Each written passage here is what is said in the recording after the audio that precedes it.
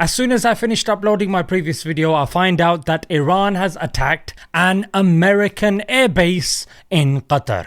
Assalamu alaikum guys, and welcome to another episode of Smile to Jannah. A few of you guys in the comments of the previous video were requesting that I talk about this. I think a lot of people have misunderstood the dynamics of what's happening. So firstly, an American airbase is in Qatar. So people might be wondering, why has Iran attacked Qatar? Qatar is, alongside Oman, one of the friendly countries towards Iran in the region. Why would it attack it? Firstly, there is an American airbase. This is the biggest airbase in the area. It can house up to 10,000 people. It is called the Udeid Air Base, and as with many attacks Iran has done, even on Israel, there's a reason why. If you analyze the people that are dead, 430 Iranians have been killed, 24 Israelis. And whenever you see and hear Sky and BBC, they say, oh, this many people have been injured. How many dead? People aren't dying over there. Why? Because Iran gives them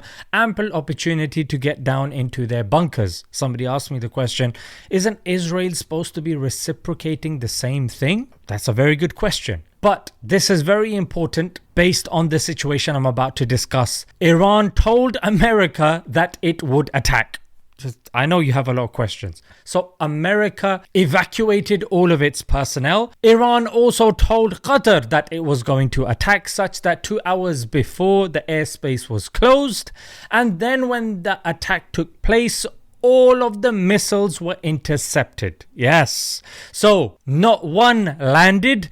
There were a few pictures of bits and bobs, because when you fire them down, there's going to be shrapnel, you know what I mean? So that shrapnel landed in certain areas. Alhamdulillah, nobody was injured and people are safe. The Iranians, when they're being interviewed, it's clear. I mean, when you do an attack, you've told the people in advance, so they evacuate. No damage has been done. No missile has landed. Why? Because it's more of a symbolic attack. Like, back off, maybe to placate their own people, maybe to poke Trump a little bit, because he wanted that peace prize so badly, and he did say he wasn't going to take his people into war. Now directly Americans have come under threat, so obviously it's going to be problematic for him. But it's not an attack on America that warrants a response, because that's just going to escalate things. This, you can see, anyone who's looking into it realizes that, you know what, it was just for show, just to prove a point. Now the main question people are asking, that is drawing attention to, is why the hell is there an American airbase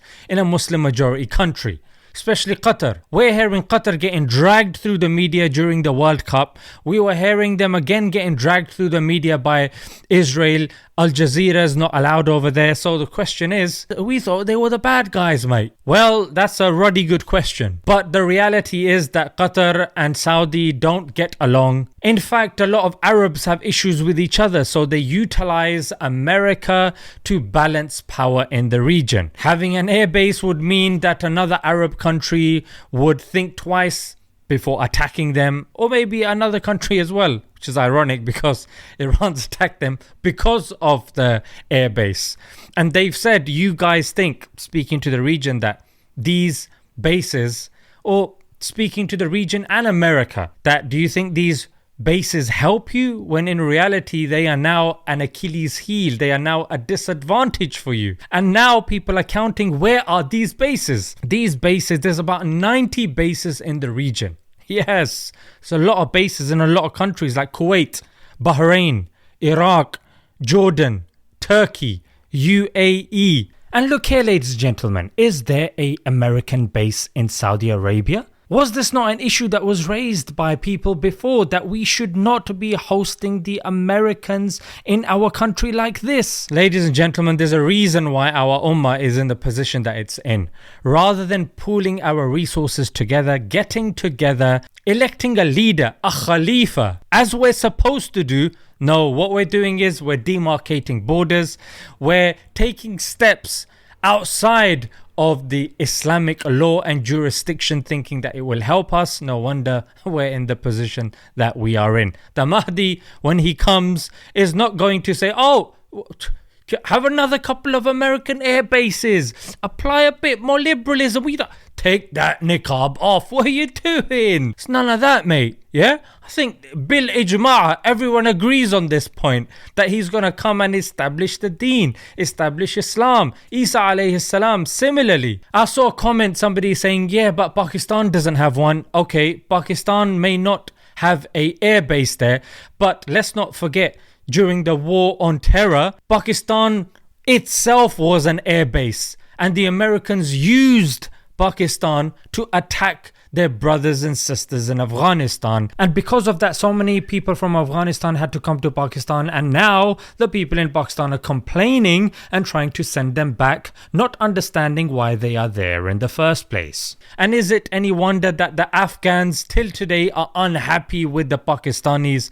Why? Because under Musharraf and some of the other guys, they literally sold themselves to America. Then there's internal conflict. I'm not saying the whole Pakistani jurisdiction is like this. You have a pocket that are pro-America, you also have a pocket that are anti. But the question is, what pocket was dominant when Afghanistan was being bombed and Pakistan was being used? Alhamdulillah, that being said, there's no air base in Afghanistan. So a few things to discuss amongst yourselves who are watching, because when families sit together, when people get together, we should in order for us to discuss things, we need to have knowledge. There's 750 American bases worldwide. It's the only country to have that many military bases worldwide. And they laugh and they point at you, think, oh, you're terrorists, or you love bombing people. I'm sorry. Who's got 750 military bases worldwide? Who's the only country to have dropped atom bombs? Who's interfered in 30 countries since World War II? Who has bombed 30 countries since World War II? I have compiled a list since the Second World War of more than 50 governments the US has attempted to overthrow. It's a remarkable record.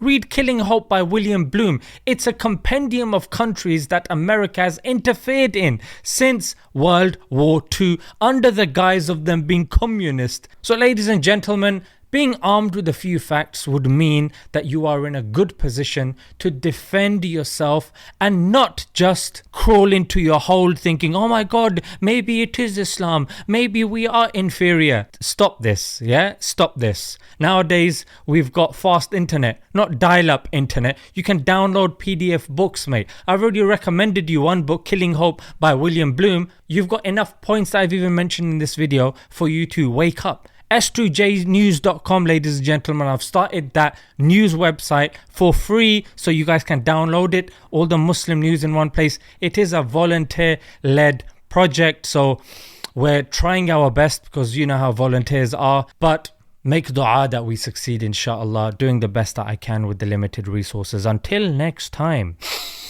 Assalamu alaikum.